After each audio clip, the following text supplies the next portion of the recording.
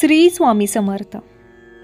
आजच्या या व्हिडिओमध्ये आपण पाहणार आहोत देवघराची योग्य मांडणी कशी करावी आणि देवपूजा करताना कोणते नियम पाळावेत।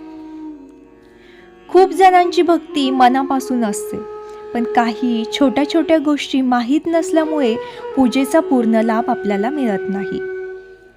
म्हणूनच हा व्हिडिओ शेवटपर्यंत नक्की पहा।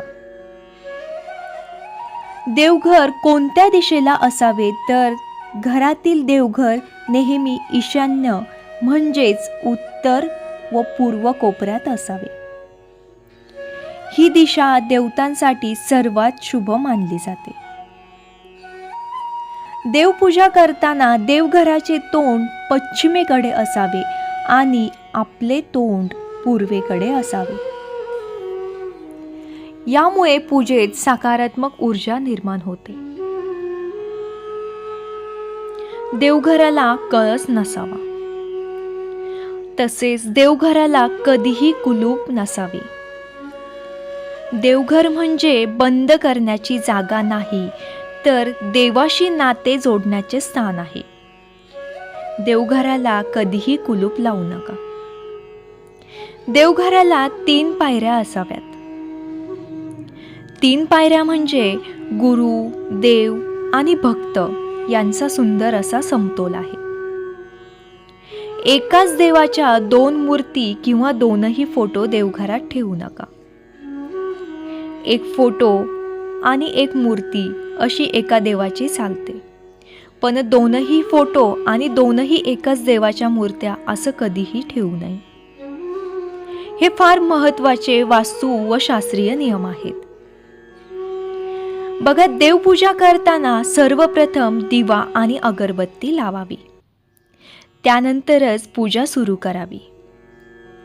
देवपूजा झाल्यानंतर नैवेद्य आधी काढून घ्यावा आणि मगच पुढील कामे करावीत। देवघरात देवांची योग्य पद्धतीने पायरीनुसार मांडणी कशी करावी तर पहिली पायरी आपले गुरु श्री स्वामी समर्थ महाराज किंवा दत्तगुरु यांचा फोटो नेहमी पहिल्या पायरीवर असावा। त्याच्या उजव्या बाजूस शुभ कलश ठेवलेला असावा। त्यानंतर दुसऱ्या पायरीवरती उजव्या बाजूला भैरोबा, खंडोबा असे आपले जे कुलदेव आहेत त्यांची मांडणी करावी आणि त्याच पायरीवरती डाव्या बाजूला देवीचे टाक असावेत।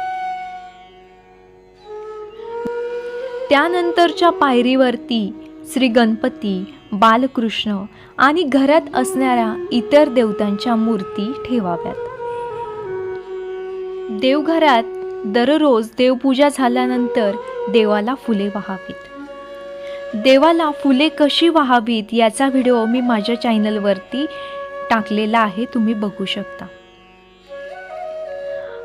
या पद्धतीने देवघराची मांडणी केली आणि नियम पाळून देवपूजा केली तर घरात नेहमी सुख, शांती, समाधान, आरोग्य आणि सकारात्मकता नक्कीच वाढते।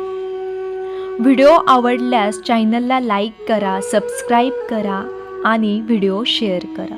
श्री स्वामी समर्थ।